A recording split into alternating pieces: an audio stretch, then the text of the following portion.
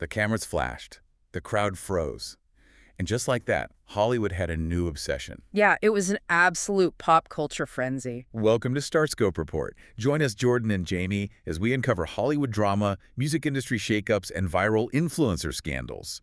From red carpet surprises to social media controversies, we dive deep into the stories behind the fame. And today, we are unpacking a headline you have definitely seen everywhere. Alex Rodriguez has a new romance after months of speculation. Right, so picture this. You are at Michael Rubin's infamous 4th of July white party in Bridgehampton. The guest list is, it's basically a GDP of its own. Oh, absolutely. Billionaires, A-listers, everywhere you look. Exactly. And right there, in the middle of this intensely curated spectacle, is former Yankees superstar Alex Rodriguez. And he is sharing a very public, very captured kiss with a mystery woman. Which, of course, instantly made the internet explode. Right. People were like, who is she? What happened to his last high-profile relationship? And just like that, the tabloids have their headline for the summer. It's the perfect recipe, honestly. The glamorous setting, the high-profile celebrity, the element of surprise. It is entirely designed to command your attention and hold it hostage. Okay, let's unpack this. Yeah. Because, look, if you are just skimming those headlines, you might write this off as standard celebrity gossip, just another summer romance in the Hamptons. Which is exactly why we're doing this deep dive today. We're looking way beyond those paparazzi shots. We really are. We've pulled together an incredible stack of sources for you today, from entertainment reporting and fitness industry profiles, all the way to a peer-reviewed academic study on sports marketing. Right, because our mission today is to dissect how modern high-profile relationships function as literal brand mergers. We're looking at how these public figures use romance to essentially aggressively manage their public image. Because what looks like a simple tabloid romance is actually this highly complex mechanism. Exactly. We're analyzing how public figures signal their core values to the market, how they navigate massive personal transitions without, destroying their brand equity, and how, in this modern attention economy, who you date is intrinsically linked to what you're selling. Yeah, so let's get into the immediate facts. The most telling detail from that July 4th weekend wasn't actually the kiss itself. It was what was happening on the perimeter. Oh, the human barricade. Yes. According to TMZ and various entertainment sources, later in the weekend, they were at Bounce Beach in Montauk. A-Rod and this mystery woman, who was later identified as Meghan Hayden, were with a crew of people. Right, his inner circle. And whenever other women tried to approach and, flirt with him, his friends were actively redirecting them away. Yeah, and that behavior is a physical manifestation of a PR strategy. VIP circles operate as human barricades, right? By having his friends run interference, he isn't just protecting a private moment. He's establishing a public narrative. Exactly. It signals to the room, and consequently to the press, that this new dynamic is official. It's insulated. It establishes a hard boundary. Which brings us to the woman inside that boundary. When the tabloids first started digging into Meghan Hayden, the immediate label they slapped on her was fitfluencer. Ugh. Yeah, that term. Right. I'm highly skeptical of that term. It feels incredibly reductive. Is this just someone with a ring light and an affiliate code cashing in on a trend? Like, anyone with an Instagram account can call themselves a fitness coach these days. The label fitfluencer absolutely carries a stigma of superficiality. But her background aggressively contradicts that stereotype. Meghan Hayden isn't just posing with supplements. No, she has actual credentials. Real credentials. She was a Division I collegiate soccer player at the University of Richmond and Florida Gulf Coast. And a career that was ended by a severe shoulder injury, according to the profiles we have. Right, which forced a major pivot. Yeah. So she transferred to the University of Miami and earned a Bachelor of Science in Exercise Physiology. Wait, stop there for a second, because I feel like we throw terms like that around loosely. Exercise physiology isn't just, knowing how to lift weights. Not at all. We're talking about the hard science of acute and chronic responses to physical activity. It's chemistry, biology, and neurology applied to human movement. Exactly. It is an academic, clinical understanding of the human body. And her resume over the last decade reflects that exact clinical approach. Yeah, she has a solid decade of experience in New York City. She started at Equinox, modeled for Under Armour and Athleta, became a global master trainer for Technogym, and is now a founding coach at Train Farron. Right, and the sources describe Train Farron as an AI-native personal coaching platform. Now, I have to admit, I hear AI attached to fitness and my eyes roll a little bit. Oh, sure. It sounds like a buzzword. Yeah. Like, what does an AI native platform actually do in practice? Is it just a chatbot generating a generic workout plan? It is actually far more sophisticated than just a basic algorithm spitting out push-up counts. An AI-native coaching platform typically ingests massive amounts of biometric data from the user. Oh, wow. Like what kind of data? Things like heart rate variability, sleep quality, recovery metrics, and then it dynamically adjusts your training loads in real time. That's wild. So it's adapting on the fly. Exactly. It scales the kind of hyper-personalized physiological feedback that previously only elite millionaire athletes could afford. Okay, that is impressive. And she also co-invented the Ladder Teams app, which landed her on a top 20 list of Lady Boss Fitfluencers. But the element of her personal brand that is the most fascinating is her underlying philosophy. Yes, her platform is called Take Off With Meg, and she actively advocates against grind culture, which, I mean, I'm struggling to see the difference between being anti-grind and just having the luxury to work out less. How does a fitness professional build an empire by telling people not to grind? It is a brilliant, highly calculated socioeconomic positioning. Think about it. Traditional fitness influencer culture is built on the aesthetics of extreme exhaustion. Right, the whole no days off hustle culture mentality. Which appeals to a very specific, often younger demographic. But Meghan's brand is the absolute antithesis of that. She focuses on longevity, functional movement, and a regenerative approach to the body. So it's less about looking good in a mirror and more about, like, preserving the machine. Precisely. She is teaching people how to maintain their bodies so they can continue to do what they love into their later decades. Oh, I see. And this specific health-first message appeals to an older, much wealthier demographic. High-net-worth individuals aren't interested in grinding themselves to dust. Right, they want to live longer. They are interested in extending their health span to match their lifespan. It is a highly sophisticated brand of wellness. That specific focus on longevity and preservation sets up perfectly why this match makes so much strategic sense right now. But, before we dive deeper into why A-Rod chose this exact brand to merge with, if you are loving these Hollywood twists and the psychology behind them, make sure you subscribe to Starscope Report. We've got even crazier stories ahead, and you don't want to miss how we break them down. Absolutely. Hit that subscribe button. Okay, so to understand how we arrived at this highly optimized relationship with Meghan, we have to look at how A-Rod dismantled his previous one. Because you don't just launch a new brand merger, right? No, you have to gracefully exit the old one first. Exactly. And until May of this year, he had spent 3 years dating Jaclyn Cordeiro, who operates in the exact same ecosystem. Yeah, she is also a prominent, highly disciplined fitness coach and wellness entrepreneur. And 3 years, I mean, that is an eternity in the celebrity ecosystem. They bonded over fitness. They integrated their families. He has 2 daughters. She has 2 daughters. It projected incredible stability. It really did. And then the split is announced. But what jumped out from the sources was the aggressively calm public statement they released to TMZ. Oh, it was so calculated. They said they were taking time apart, but stressed their, quote, mutual love, care, and deep respect, explicitly adding there was absolutely no animosity, drama, or negative story here. That statement right there is a masterclass in the mechanics of a quiet split. A quiet split, I like that. Yeah, because the celebrity media ecosystem requires oxygen to survive. And that oxygen is usually betrayal, conflict, or leaked accusations. Right, the messy stuff. So, if you provide a statement written with clinical detachment using phrases like deep respect while preemptively denying a negative story, you create a vacuum. But I mean, are we actually buying that it was that drama-free? Or is this essentially a mutually assured destruction pact engineered by 2 PR teams? Honestly, it doesn't matter if it was drama-free behind closed doors. The public execution is what matters here. Ah, right. It's a controlled demolition of a relationship.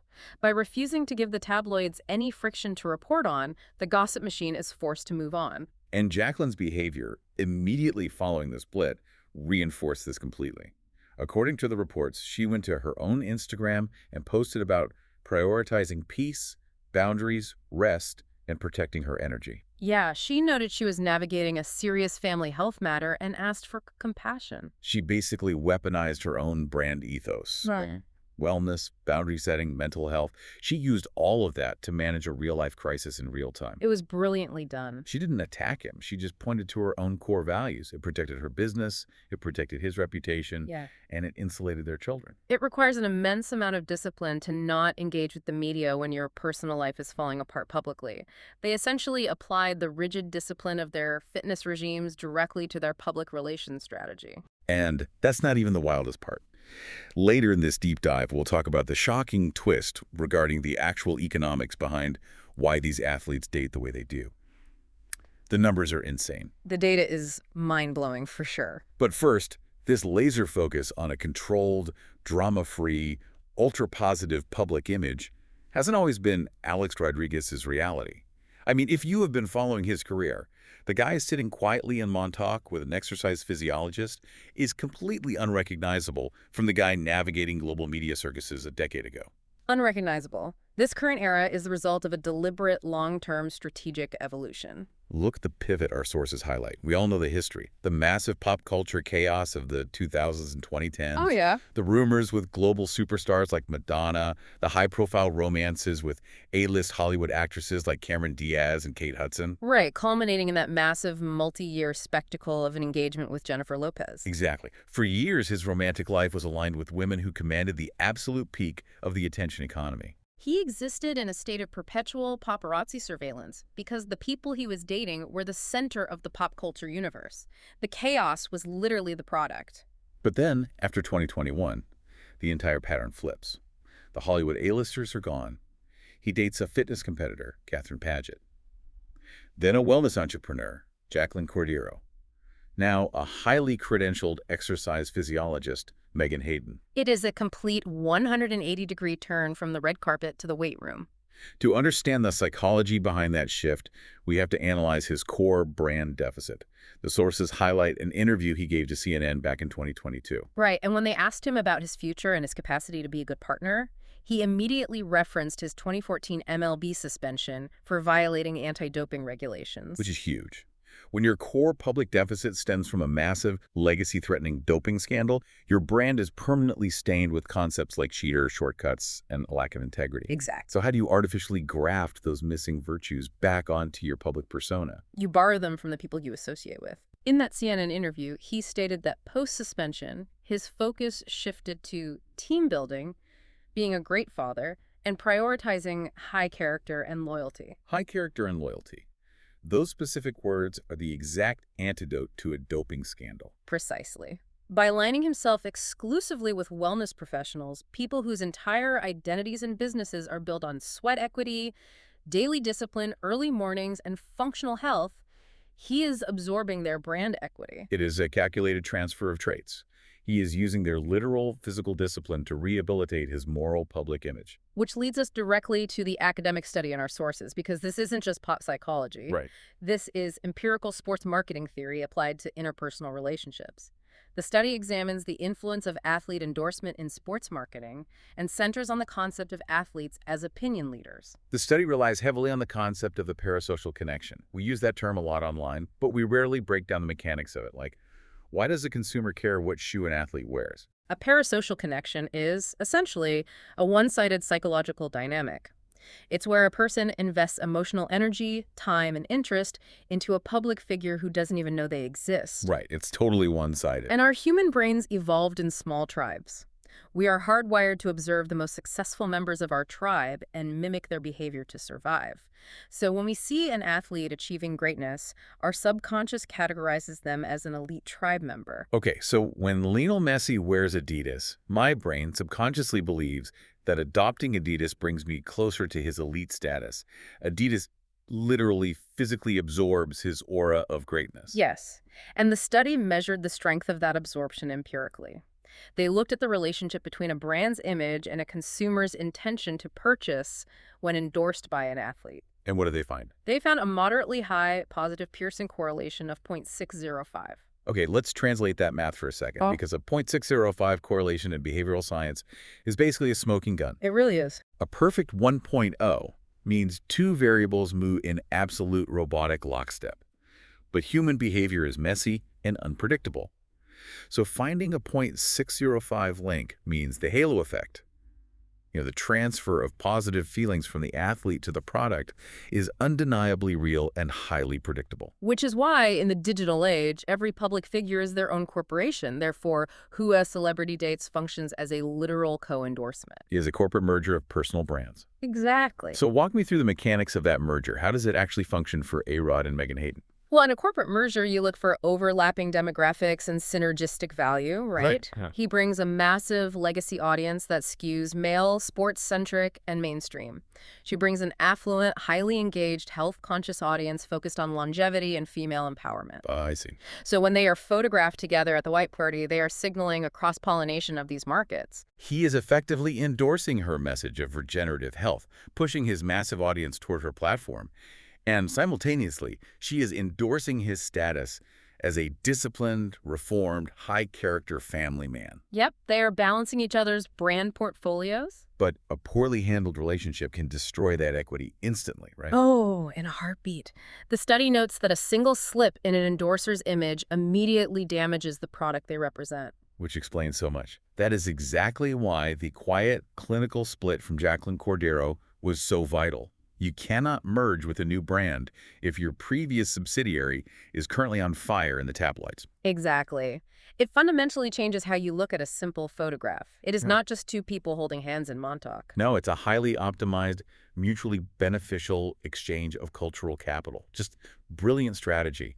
And hey, stay tuned and hit that subscribe button so you don't miss what's coming next, because we break down these Hollywood mechanics every single week. You really start to see the matrix once you understand the PR behind it. You do, which brings this entire conversation directly back to you listening to this right now. You might be thinking, well, I don't have paparazzi hiding in the bushes at my 4th of July barbecue. Probably not. And I certainly don't have a PR crisis management team. But the truth is, in the digital attention economy, you are managing a personal brand every single day. Look at your LinkedIn profile, your Instagram grid, or just your reputation within your specific industry. You are constantly signaling your core values. Yes, the people you choose to associate with, the way you behave during your own personal transitions, whether that is leaving a toxic job or navigating a messy breakup, all of it communicates your character to the market. Yeah. We are all participating in this economy of perception, just on different scales. The mechanics are identical, even if the audience size varies, which, leads to a much darker consideration about where this is all heading. I know where you're going with this. We have spent this time discussing how these relationships function like corporate mergers. But as artificial intelligence and predictive modeling become increasingly integrated into public relations, we have to wonder about the future of celebrity matchmaking. You're suggesting this could become algorithmic. I mean, are we approaching a future where high-profile romantic partnerships are no longer left to chance encounters at a Hamptons party? Imagine PR agencies running predictive AI models to calculate the exact Pearson correlation of a potential couple's combined brand equity. Engineering relationships purely for optimal market yield. Exactly. Selecting partners based on demographic overlap and crisis mitigation scores rather than, human chemistry. When personal branding becomes indistinguishable from personal identity, we risk the total commodification of private life. It makes you wonder, where exactly does the engineered brand end and the actual human being begin? It's a blurry line, and it's only getting blurrier. That is a terrifying, fascinating thought to leave on. The idea that love could eventually just be an output on a spreadsheet in a Hollywood PR office. You've been listening to Starscope Report, where Jordan and Jamie uncover the stories shaping Hollywood, music, and pop culture. Thanks for tuning in, and don't forget to subscribe for more stories that keep the stars shining.